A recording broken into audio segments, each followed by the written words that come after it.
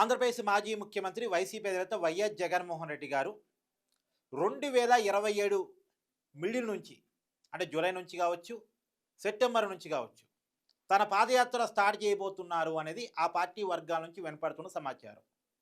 ఓపెన్‌గా జగన్మోహన్ రెడ్డి గారే చెప్పారు. సంవత్సరన్నర తర్వాత తన పాదయాత్ర స్టార్ట్ చేయబోతున్నాను అని. అంటే దాదాపు అదే టయానికి పాదయాత్ర స్టార్ట్ చేస్తారు. కాకపోతే జగన్మోహన్ రెడ్డి గారు పాదయాత్ర స్టార్ట్ చేయటానికి అవకాశం ఉందా?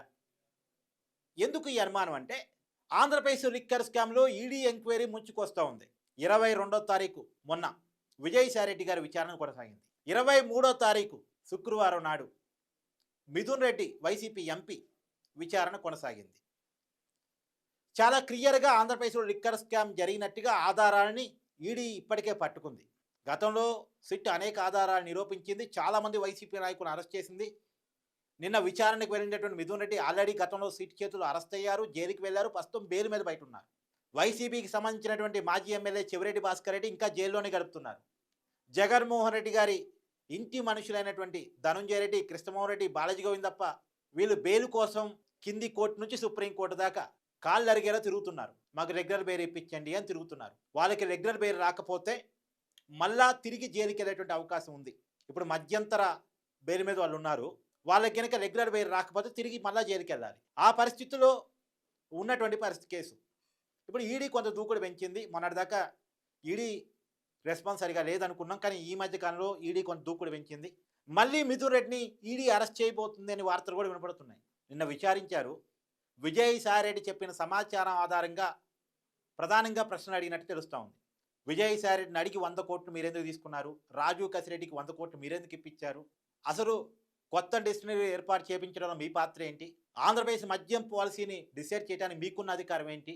ఇలాంటి అనేక ప్రశ్నలని మిథున్ రెడ్డిని అడిగారట. పిఎల్ఆర్ గ్రూప్లోకి డిస్టిలరీస్ నుంచి డబ్బులు ఎందుకు వచ్చాయి? దానికి మిథున్ రెడ్డి బయట కూడా సమాధానం చెప్పారు మీడియాతోటి. నాకు వచ్చిన డబ్బులను తిరిగి నేను వెనక్కి ఇచ్చేసానని. వెనక్కి ఇచ్చేసినా డబ్బులు అయితే పడ్డాయిగా. ఎందుకు పడ్డాయి? పిఎల్ఆర్ గ్రూప్ అకౌంట్లోకి డిస్టిలరీస్ నుంచి డబ్బులు ఎందుకు పడ్డాయి? ఇలాంటి అనేక ప్రశ్నలని ఈడీ సంధించినట్టుగా తెలుస్తూ ఉంది. మిథున్ రెడ్డి కూడా ఉక్కిరి బిక్కిరి అయ్యారనేటువంటిది మీడియా సమాచారం. ఇది పక్కన పెడితే నెక్స్ట్ ఏం జరగబోతుంది ఈ కేసులో? మిథున్ రెడ్డిని మళ్ళా విచారించే అవకాశం ఉంది. విజయసాయిరెడ్డిని మళ్ళా విచారించే అవకాశం ఉంది. మిథున్ రెడ్డిని అరెస్ట్ చేసే అవకాశం ఉంది. మిథున్ రెడ్డిని, విజయసాయిరెడ్డిని ఎదురెదురుగా కూర్చోబెట్టి ప్రశ్నించేటువంటి అవకాశం ఉంది. అప్పుడు ఖచ్చితంగా చాలా కీలకమైన విషయాలు బయటకు వచ్చే అవకాశం ఉంటుంది. ఈ కేసులో తర్వాత కాలంలో వైఎస్ జగన్మోహన్ రెడ్డి మాజీ ముఖ్యమంత్రి, లిక్కర్ స్కామ్ జరిగినప్పుడు ప్రభుత్వ అధినేతగా ఉన్నటువంటి వ్యక్తి, మన సిట్టు భాషలో చెప్పాలంటే అంతిమ లబ్ధిదారు జగన్మోహన్ రెడ్డికి కూడా నోటీసులు ఇచ్చి విచారించేటువంటి అవకాశం ఖచ్చితంగా కనపడుతూ ఉంది. అది జరగడానికి కొంత సమయం పట్టొచ్చు. ఎందుకంటే విజయసాయిరెడ్డిని మరొకసారి విచారించాలి, మిథున్ రెడ్డిని మరొకసారి విచారించాలి, మిథున్ రెడ్డిని అరెస్ట్ చేయాలి.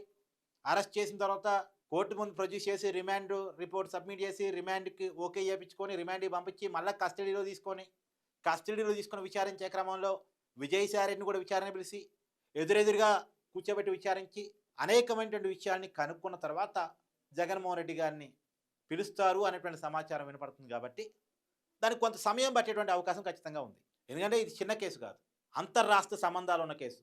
స్కామ్ జరిగింది ఒక రాష్ట్రంలో, డబ్బులు డంప్ చేసింది మరొక రాష్ట్రంలో, డబ్బులు ఖర్చు పెట్టింది వేరు రాష్ట్రాల్లో. కొంత డబ్బు అయితే విదేశాలకి పంపించేశారు, దుబాయ్లో డంప్ చేశారు, ఆఫ్రికాలో ఇన్వెస్ట్ చేశారు.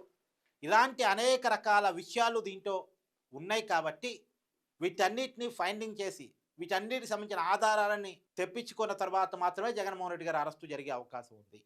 ఈడీ ఒక వ్యక్తిని అరెస్ట్ చేయడం అంటే అంత చిన్న విషయం కాదు. కాబట్టి జగన్మోహన్ రెడ్డి గారు పొలిటికల్ లాబింగ్ ఏమైనా పనిచేసి ఆయన అరెస్ట్ ఏమైనా ఆగిపోతే మనం చెప్పలేం. కానీ జనరల్గా యాజ్ పద్ధతి ప్రకారం విచారణ నడిస్తే, చట్ట ప్రకారం, నిబంధనల ప్రకారం, టెక్నికల్ అంశాల ఆధారంగా కనుక విచారణ నడిస్తే అంతిమ లబ్ధిదారిగా చెప్పబడుతున్న జగన్మోహన్ రెడ్డి గారు అరెస్టు కావటానికి అవకాశం ఉంది. 2026 ఎండ్లో కానీ 2027 స్టార్టింగ్లో కానీ, అంటే జనవరి ఆ సమయంలో కానీ వన్స్ అరెస్ట్ అయ్యాడు అంటే జగన్మోహన్ రెడ్డి గారు అంత ఈజీగా బయటికి రాలేరు. ఈ కేసుతో పాటు అనేక కేసులు కూడా జగన్మోహన్ రెడ్డి గారు చుట్టుముట్టే అవకాశం ఉంటుంది. కాబట్టి అంత ఈజీగా జగన్మోహన్ రెడ్డి గారు బయటికి రావటానికి స్కోప్ ఉండదు. మరి 2027 జూలైలో, సెప్టెంబర్లో ఆయన పాదయాత్ర ఎక్కడ నుంచి స్టార్ట్ చేస్తారు? కాబట్టి జైలు యాత్ర ఉందా, పాదయాత్ర ఉందా? ఈ చర్చ బలంగా కొనసాగుతుంది. జైలు యాత్ర పాదయాత్రకి అడ్డంకిగా మారబోతుందా? మారే అవకాశం అయితే అక్కడ కనపడతా ఉంది. ఖచ్చితంగా అయితే దీన్ని జగన్మోహన్ రెడ్డి కూడా గమనించినట్టున్నాడు. అందుకని ఇంత ముందుగా పాదయాత్ర అనౌన్స్ చేశాడు. ఇక్కడ జగన్మోహన్ రెడ్డి గారి తెలివిని మనం ఒప్పుకొని తీరాలి. ఆయన ఇంత ముందుగా సంవత్సరాల ముందే పాదయాత్ర ఎందుకు అనౌన్స్ చేశారు అంటే, ఇప్పుడు రేపు అరెస్ట్ చేశారనుకో, నా పాదయాత్రను అడ్డుకోవడానికి అరెస్ట్ చేశారు, నన్ను జనంలో వెళ్ళనీయకుండా చేయడానికి అరెస్ట్ చేశారు, నేను జనంలోకి వెళ్తానంటే కూటమి భయపడుతుంది, నేను పాదయాత్ర చేస్తానంటే కూటమి భయపడుతుంది అని చెప్పటం కోసం ఆయన అనౌన్స్ చేశారు. మీరు చూడండి, విజయసాయిరెడ్డికి నోటీస్ ఇచ్చాక, మిథున్ రెడ్డికి నోటీస్ ఇచ్చాక కరెక్ట్గా ఒకరోజు గ్యాప్లో పాదయాత్ర అనౌన్స్ అయిపోయింది. మరి అదే పాదయాత్రని గతంలో ఎందుకు అనౌన్స్ చేయలేదు? సరే, పాదయాత్ర అనౌన్స్ చేయడం వదిలేయండి. పోయినసారి 2025 సంక్రాంతి తర్వాత నేను బస్ యాత్ర చేపడుతున్నాను, నియోజకవర్గాల్లోనే ఉంటాను, నియోజకవర్గాల క్యాడర్తో ఇంటరాక్ట్ అవుతాను, ప్రతి నియోజకవర్గానికి 2 రోజులు సమయం కేటాయిస్తాను అని గతంలో జగన్మోహన్ రెడ్డి గారు చెప్పారు. 2025 సంక్రాంతి అయిపోయింది, 2026 సంక్రాంతి కూడా అయిపోయింది. మరి వెళ్ళలేదే? క్యాడర్లోకి జగన్మోహన్ రెడ్డి గారు వెళ్ళలేదుగా, ఇప్పటివరకు వెళ్ళలేదు. వెళతారు అంటానికి ఇప్పటికైతే ఏమి ఆధారం కనపట్లేదు. ఆయన మళ్ళీ అసలు ఆ మాట మర్చిపోయారు. అంటే గతంలోకి అధికారంలో ఉన్నప్పుడు ఈ దసరాకి నేను వైజాగ్లో పోయి కూర్చొని పరిపాలిస్తా, ఆ దసరాకి వైజాగ్లో పోయి కూర్చొని పరిపాలిస్తా, ఆ సంక్రాంతి పోతే ఈ సంక్రాంతి పోతాం అని మాటలు చెప్పేవారు. అలా ఇప్పుడు కూడా కావాలని మాటలు చెప్తున్నారా? ఎందుకంటే అరెస్ట్ అవుతానన్న విషయం జగన్మోహన్ రెడ్డికి ఒక క్లారిటీ ఉంది కాబట్టి, అరెస్ట్ అయినప్పుడు చెప్పుకోవడానికి, నేను పాదయాత్ర చేస్తానని భయంతో నన్ను అదుపులో తీసుకున్నారు, అరెస్ట్ చేశారు అని చెప్పుకోవటానికి, ఒక సింపతిక్ గేమ్ ఆడటానికి ప్రయత్నం చేస్తున్నారా? మామూలుగా అయితే సింపతిక్ గేమ్ ఆడొచ్చు అరెస్ట్ అయినప్పుడు. ఏ రాజకీయ నాయకుడైనా సింపతిక్ గేమ్ ఆడతారు అరెస్ట్ అయినప్పుడు, కేసులు పడ్డప్పుడు. కానీ లిక్కర్ స్కామ్లో అరెస్ట్ అయితే సింపతిక్ గేమ్ ఆడటానికి ఉండదు. మీకు కావాలంటే కొన్ని ఎగ్జాంపుల్ చెప్తాను నేను. ఢిల్లీ ముఖ్యమంత్రి కేజ్రీవాల్ ఢిల్లీ లిక్కర్ స్కామ్లో అరెస్ట్ అయ్యారు. ఆయన అరెస్ట్ అయ్యాడు, డిప్యూటీ సీఎం మనీష్ సిసోడియా కూడా అరెస్ట్ అయ్యారు. సింపతి రాలే, అధికారం పోయింది. అధికారం పోవడం పక్కన పెట్టండి, ఎమ్మెల్యే పదవి కూడా పోయింది. కేజ్రీవాల్ చాలా పెద్ద మాస్ లీడరు. ఢిల్లీలో ఒక చిన్న పార్టీని పెట్టుకొని ఢిల్లీలో అధికారంలోకి వచ్చి, ఢిల్లీ నుంచి ఆ పార్టీని ఇతర రాష్ట్రాల్లోకి విస్తరించుకొని, పంజాబ్లో అధికారంలోకి వచ్చి అనేక రాష్ట్రాల్లో పార్టీ విస్తరణ చేసుకున్నటువంటి వ్యక్తి కేజ్రీవాల్. తర్వాత మనీష్ సిసోడియా కూడా ఎమ్మెల్యే ఓడిపోయాడు. తర్వాత కల్వకుంట్ల కవిత, కేసీఆర్ కూతురు, ఆమె ఢిల్లీ లిక్కర్ స్కామ్లో అరెస్ట్ అయ్యి జైలుకి వెళ్ళింది. 9.5 ఏళ్ళు అధికారంలో ఉన్న బీఆర్ఎస్ పార్టీ పార్లమెంట్ ఎన్నికల్లో ఒక్క ఎంపీ సీటు కూడా గెలవలేదండి. 9.5 ఏళ్ళు అధికారంలో ఉన్నారు వాళ్ళు. సరే, అధికారం అప్పుడు పోయి ఉండొచ్చు కాక స్టేట్లో, కానీ కేసీఆర్ అంటే తెలంగాణ జాతిపిత కేసీఆర్ అనుకున్న పరిస్థితి నుంచి తెలంగాణలో ఒక్క పార్లమెంట్ సీటు కూడా గెలవని పరిస్థితి. ఎందుకంటే లిక్కర్ స్కామ్లో కేసీఆర్ కుటుంబం ఇరుక్కోవడం అనేటువంటిది జనాల్లో ఒక నెగిటివ్ ఇంపాక్ట్ చూపించింది. కాబట్టి రియాలిటీలో ఆలోచించినప్పుడు లిక్కర్ స్కామ్లో అరెస్ట్ అయితే సింపతి రావు. అందులో ఢిల్లీ లిక్కర్ స్కామ్ చాలా చిన్న స్కామ్ ఏపీ లిక్కర్ స్కామ్తో పోలిస్తే. ఢిల్లీ లిక్కర్ స్కామ్ గురించి తెలంగాణ ప్రజలకు పెద్దగా తెలియదు, ఎందుకంటే వాళ్ళ కళ్ళ ముందు జరిగింది కాదు కదా.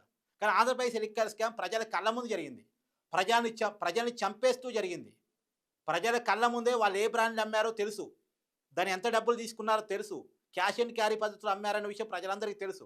కాబట్టి ప్రజల కళ్ళ ముందు జరిగిన స్కామ్ కాబట్టి ఖచ్చితంగా అది రాజకీయంగా ఇంపాక్ట్ చూపించే అవకాశం ఉంటుంది. జగన్మోహన్ రెడ్డి గారికి సింపతి ఇచ్చే అవకాశం ఖచ్చితంగా ఉండదు. మళ్ళీ చెప్తున్నా, ఈడీ కేసులో జగన్మోహన్ రెడ్డి గారు అరెస్ట్ అయితే బెయిలు రాదు, అంత ఈజీగా సింపతి కూడా రాదు. సో జగన్మోహన్ రెడ్డి పాదయాత్రని జైలు యాత్ర ఆపబోతుందా? మీ అభిప్రాయాన్ని కూడా కామెంట్ రూపంలో తెలియజేయండి. Thank you.